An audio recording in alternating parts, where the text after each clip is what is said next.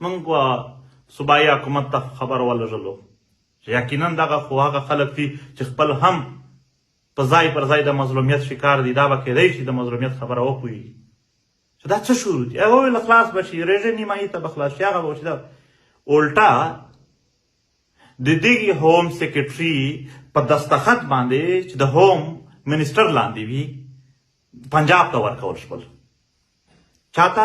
هغې پنجاب ته چې دی وایي چې د پنجاب حکومت د مریم نواز حکومت دا زما دښمن حکومت دی. د دغې پښتنو د دغې جرګې د دغې ملت هغه خدمتګاران بیا و پنجاب پولیس ته د دغې صوبې په ساین باندې ورکول شو. چاته؟ د خیبر پښتونخوا حکومت لاندې حاجي عبدالصمد یې ونیو په بنو کې، چترال ته یې یوړ. کیس څه و؟ یو ایس ایچ او پې جوړ کړی چې دغه په چترال کې چرس خرڅ کړي دي. دا پاکستان دی. دا پاکستان دی چې چرس یې خرڅ کړي. د پښتنو ستاسو یو مشر چې ټول عمر یې 80 کاله عمر یې د دغې ملت په خدمت کې تېر کړی دی، په هغه باندې هغه چترال چې دی په ټول عمر یعنې چترال یې لیدلی نه دی، په هغه چترال کې په ده باندې چرس یې خرڅ کړي دي. یو ایس ایچ او دی اف آی آر پی کې. بیا یې هغه راوړي چې هغه ځای نه خلاصېږي، شانګله پولیس یې وړي. څه یې کړي دي چې دلته چرس خرڅ کړي دي. هغه یې چې خلاصوي عدالت، دا یو صحابۍ ته راوړي، د صحابۍ نه مردان ته وړي، د مردان نه نوشیره ته وړي، د نوشیره نه پېښور ته وړي. دا یو ضلع باندې یو جیل ته ځي، یو ایس ایچ او هلته اف آی آر کوي.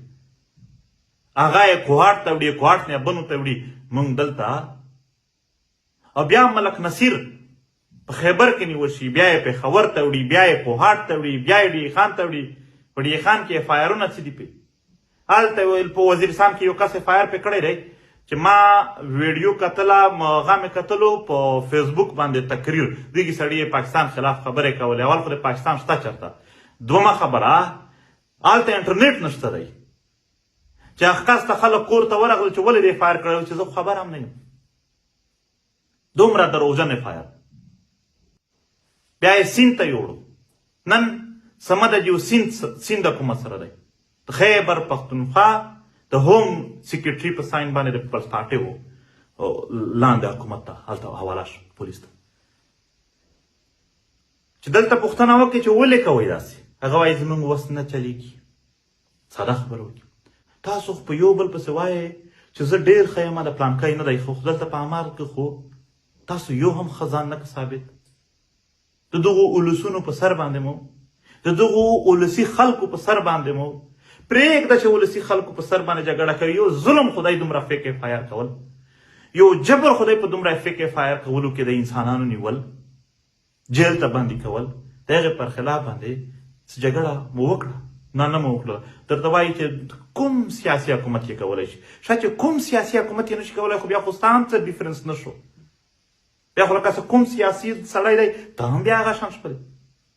نو زه ایټلیسټ و د دلته حکومتونو ته که زما خبره څوک ورسولی شي، یا د دوی د ملګرو ته یا د دوی ګوندونو ته، چې ایټلیسټ تاسو په خپله ځای پر ځای مونږ وینو چې په اسلام آباد په بل ځای باندې جلسه جلوس کوئ، تشدد در سره کېږي. مونږ یې سخت غندو، سخت مخالفت یې کوو چې په سیاسي خلکو باندې څوک هم تشدد کوي.